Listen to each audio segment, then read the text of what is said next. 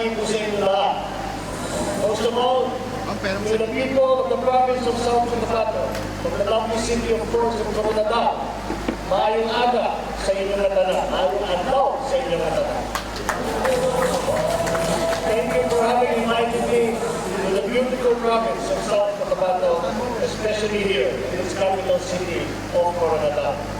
I am sincerely honored and privileged to join the entire province in opening the celebrations of its 49th foundation anniversary and the 16th Tinalak Festival. Allow me to congratulate the provincial government for conceptualizing and organizing the festivities of the foundation and this year's version of the Tinalak Festival. Of course, equally deserved is credit that's due to the creative directors, the participants, and the volunteers who have lent and contributed their magnificent ideas, their talents, their energies, and execute this 2-week extravaganza in the province, which I was informed began on the 4th of July. Most important of all, I congratulate the people of South Cotabato for their continued interest and participation in this event year after year, and without whom this grand and ambitious project certainly would never become successful, or at the very least not even possible. I congratulate every one of you. I will resume my work in the Senate tomorrow, feeling reinvigorated and refreshed not only by the memories of the colorful and energetic activities of the Tinalak Festival, but I will bring home to Manila, but also by the comforting thought that the people of South Cotabato are enjoying themselves, having a good time down in this part of our archipelago. I am impressed by the wide range of activities that have been prepared by the provincial government for the people of South Cotabato in this year's installment of the colorful Tinalak Festival. The province has lined up everything that is imaginable, calculated not only to entertain, to improve people's skills and capabilities, but also, more importantly, to enrich and to deepen the cultural identity and tradition and foster bond and unity amongst the people of South Cotabato.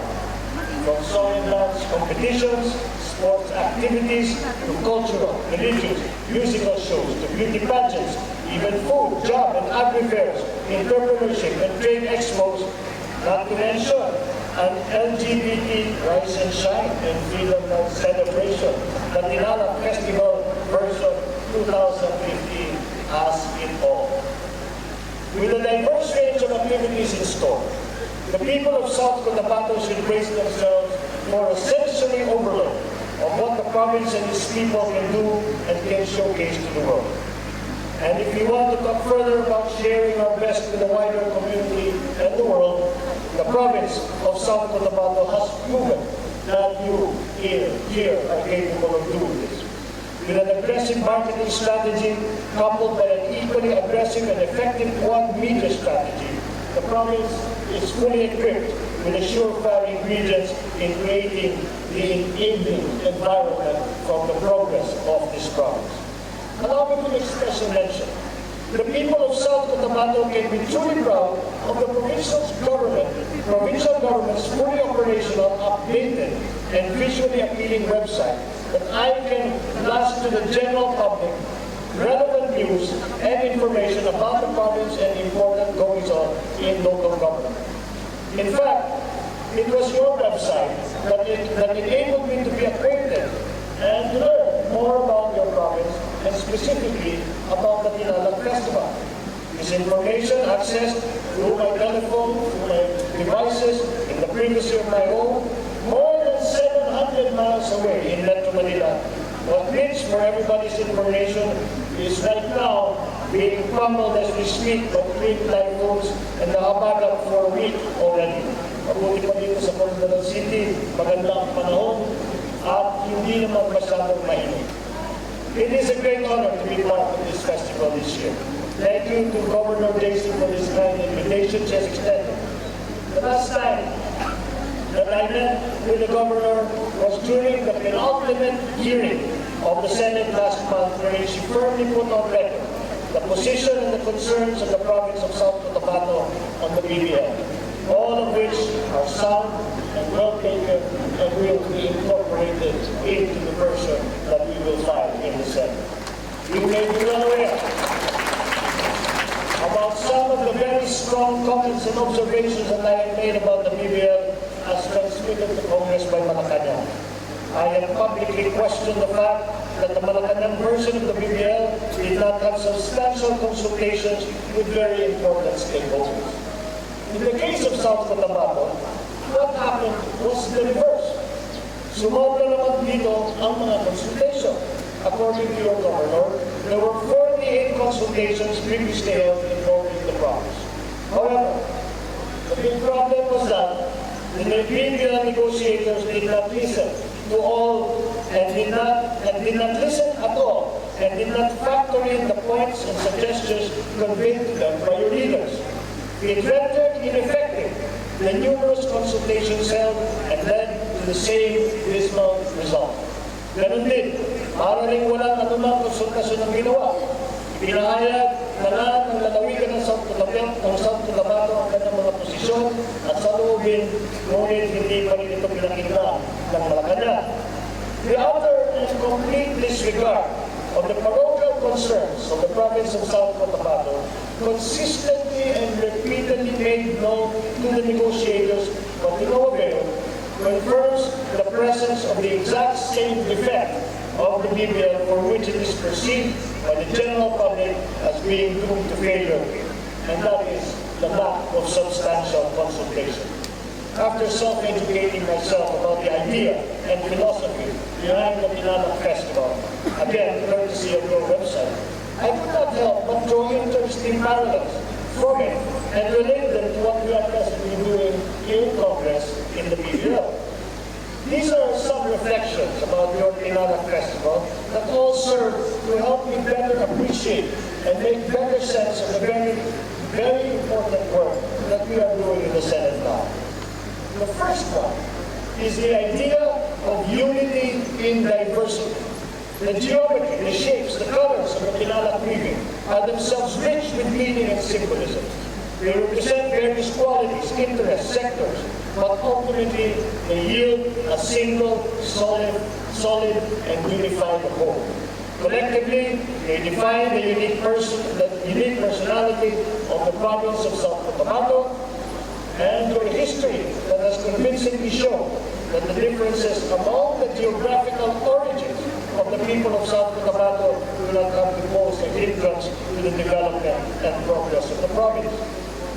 The unity and ethnically diverse people of South Cotabato is beautifully etched in cultural tradition and creatively expressed in the grand parade and dance showdown of the Madang Blaan and the Kansagayan Alala and the Kasadyan ng Kadalanan, each representing the distinct constituents of the tribe people of South Cotabato. This unity and diversity is further captured by the fact that we have all pledged allegiance to the Republic and are collectively bound as a nation and as a community under one flag, which is so meaningfully expressed by our foremost singing of the national anthem and then of the hymns of South Cotabato and Coronadal. In the BBL, we are precisely doing that delicate balancing act. As we go through the process, we have to mutually recognize and respect the collective interests, dreams, and aspirations, not only of the people of the autonomous region of Muslim Mindanao, but also the entire Filipino community and our beloved country. The second parallel is the idea of a painful and difficult process of trials and challenges as a necessary and prerequisite step towards achieving a desired result. Before attaining perfection as a finished aesthetic creation, the Tinalak weaving cloth is first not only subjected to a heating and bleeding process, but also undergoes a contemplative process of self-evaluation and critical analysis by the weaver. In essence, this is also what we do, not just your legislators and public servants, but the entire Filipino nation as well, are undergoing with the BBL, and I can now call it by now, saga. Talagang napakahirap ang proseso na ito na pinagdadaanan natin ngayon bilang isang bansa. Ibinabalansin natin ang mga kagustuhan at mga hinaing ng mga nagsusulong ng BBL at ang interes ng kapakanan ng ating buong bansa. Paano natin ito gagawin? Sa isang maayos at mapayapang paraan habang sinisiguro na naisaalang-alang natin ang kapakanan ng lahat ng ating mga kababayan.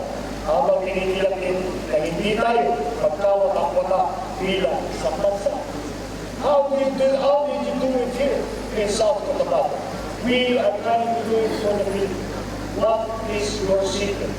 We too, in your national government, can derive wisdom from your collective experience drawn from your half-century of history as an independent province, even stretching back to the days of Cotabato and the olden days of Cotabato or Cotabato. Your province and your people too, and its shares of trials and tribulations. But look at South Cotabato now. Along with its constituent LGU, South Cotabato prides itself as a good model of efficient and transparent local government leadership and autonomy worthy of emulation by other LGUs, having been recently honored with seals of good financial housekeeping and good local government. Congratulations, South Cotabato. South Cotabato is living proof that there can be unity among the people in spite of diversity, and even after trying times and extreme difficulties. But most importantly, there can, in the end, be genuine prosperity. And that is my fervent wish for the entire country, that we as a people and as a nation finally attain a higher level of maturity and understand the importance of unity. Unity despite our diversity, despite the fact that the road towards achieving it is paved with difficulty. Hopefully, this can ultimately secure for us and for our children genuine prosperity on a national scale. So I thank the leadership of the province of South Cotabato for continuing to entrench and for perpetuating this beautiful and most important cultural tradition. I too personally thank you for allowing me to become part of this year's festivities and to get to know more about your province and your people. Rest assured, I will bring home important lessons and profound wisdom from this event, which I can use and apply to my work as your elected senator. Thank you for your continued support and your trust and confidence in me. We all know full well that the national government acts as a big brother for our local governments, provides today a strong foundation and pave a smooth path to allow our local governments to reach their developmental goals and the dreams and aspirations of our people. Rest assured as well that we in Congress and in the national government, most especially myself, are always finding ways to improve the potential and the capabilities of our local governments.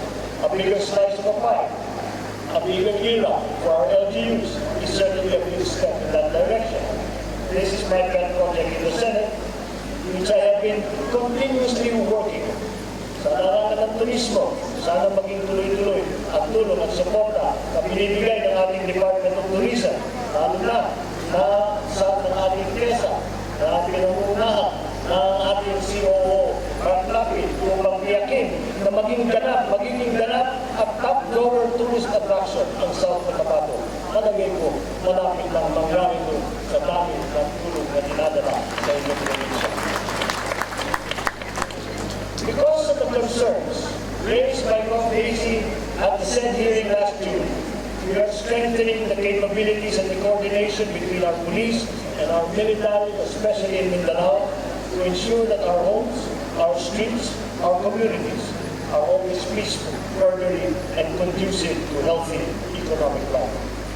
Mas masaya na naman ang ating mga street parties at iba pang mga dinalang activities kung nakakatiyak tayo mapayapa at ligtas ang ating mga lansangan at ang mga komunidad. Despite our differences, I believe that we only have one common desire for ourselves, for our families, for our friends, and for our country. And that is na magkaroon tayo ng magandang buhay.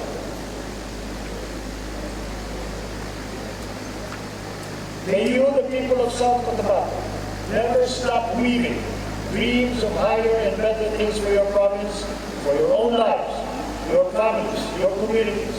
Indeed, you are here in the land of the dream weavers. Congratulations on the 49th founding anniversary of your province. Here's to a strong and promising year for the province of Cotabato as it charges forward to the golden milestone of its legal existence next year, brimming with success. Tani mag-enjoy ka po tanan, tani magkita-kita kita, na tanan sa madason na mga adlaw, mabuhay ang lalawigan ng